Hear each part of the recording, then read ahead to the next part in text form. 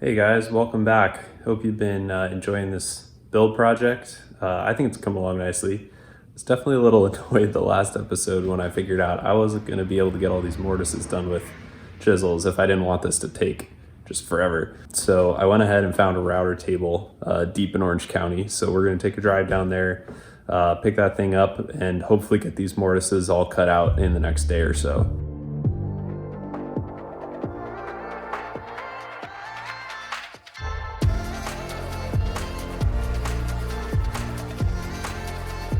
Well, here it is, folks, the Craigslist router table. Honestly, for what I paid for it, even if I have to replace the router with something better in the future, it was totally worth it. It actually came with about 20 bits, the table, and an included router, so I'm happy with what I got. Saved a ton of time on this project.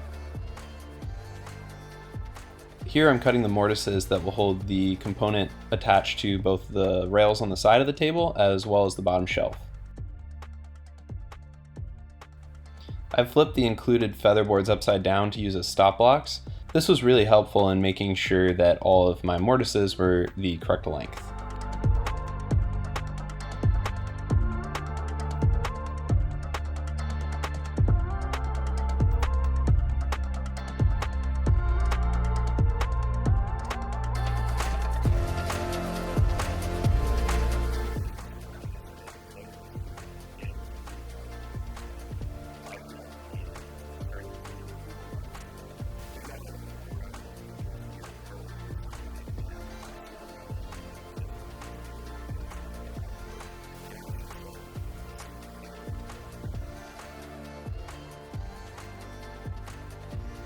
Before assembly, I needed to go ahead and plane both the shelf and the tabletop to a totally flat surface.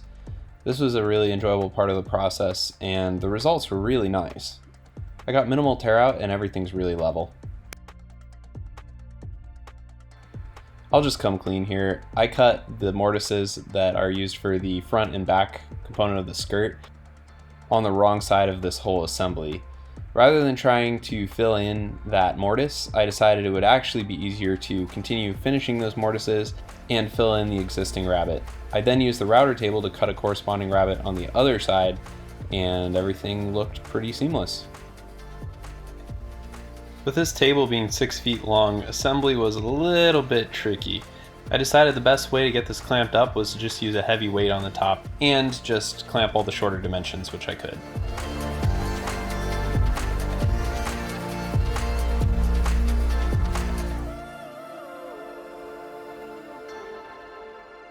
Here I'm just cutting and gluing in some shims for little gaps that occur during assembly.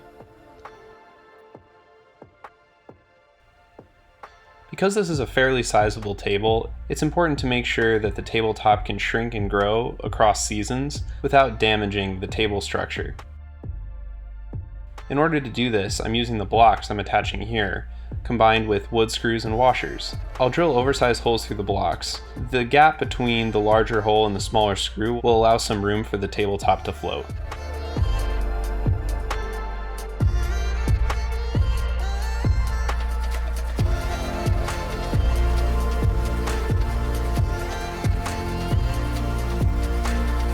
Thank you all for watching this episode. Please like, subscribe, and hit that notification icon. I'm happy to have you along on this journey. We're getting pretty close to the end.